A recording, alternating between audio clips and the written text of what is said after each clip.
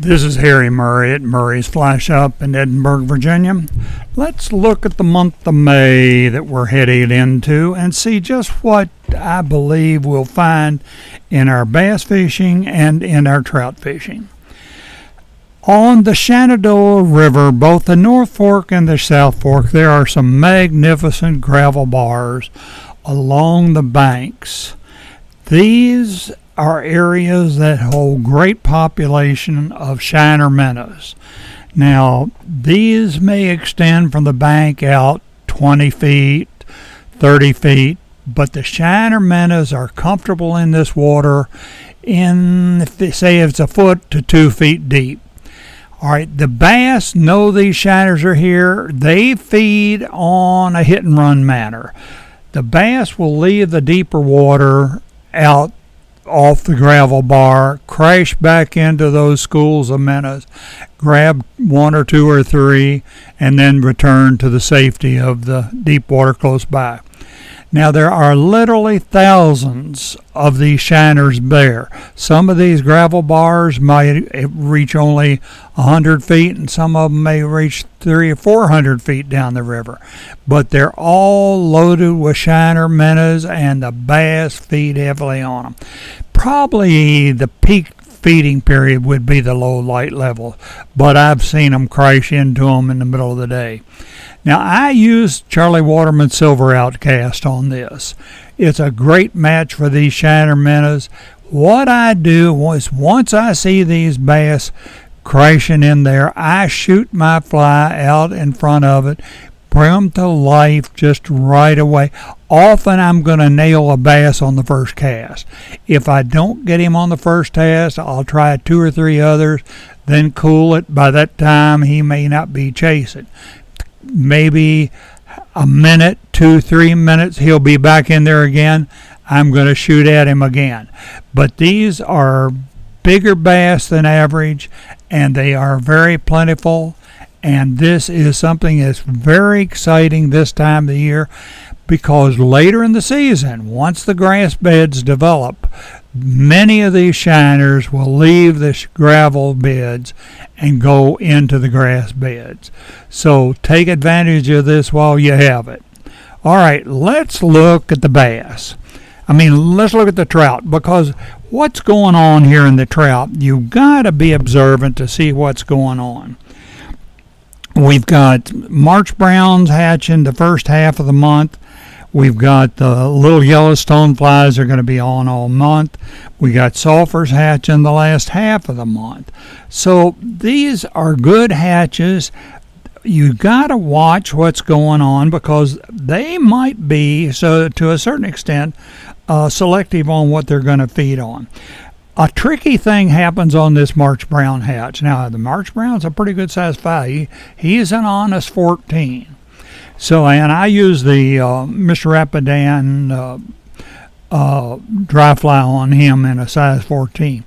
But many times the March browns nymphs will be out in water maybe all knee deep or even slightly deeper. They do what I call a mini migration. They'll move over to the shallow water where the water is only about a foot deep to hatch along those areas. You're fishing up the stream and you'll see some commotion along the bank. Naturally, you think they're coming up to dry flies. Well, they just faked you out, because many of those guys are actually feeding on those nymphs that are moving into the shallows. So I cheat. I go up top with a Mr. Rapidan parachute dry and a 14, and then run a Mr. Rapidan olive soft tackle in about a size 16, about 2 feet behind it. That way I'm covered. If he's working on the dries, I've got him. If he's feeding on the emergers, the nymphs, I've got him there. So keep an eye out for that, because there are a lot of trout feeding on these. Now, with this hatch going on the whole month long on the little yellow stoneflies, we have had a very mild spring, which means these vulnerable little yellow stonefly nymphs that usually are glued to the moss around the rocks and the brush piles, that kind of thing, they're fragile, no question about it. But we haven't had any rock rolling spring floods. Consequently, we have very large populations in there. Often I'll just sit on the side of the stream to watch these dries drifting down through the pool. A pool that's maybe 10 feet wide and 12 feet long. You might have a half a dozen of those flies drifting down through there, and the trout are going to feed on them all day long. So take advantage of that. Probably Murray's little yellow stonefly in a 16 is going to be your most productive fly there. Now the sulfurs start emerging the last half of the month.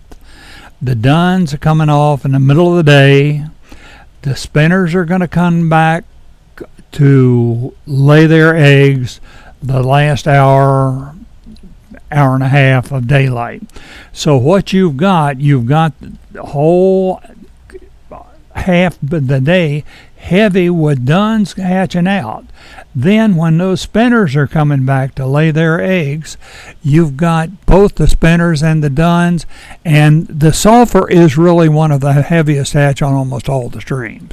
I use Murray's sulfur on that, Murray's dry sulfur, Edshanks sulfur, both of them in a 16.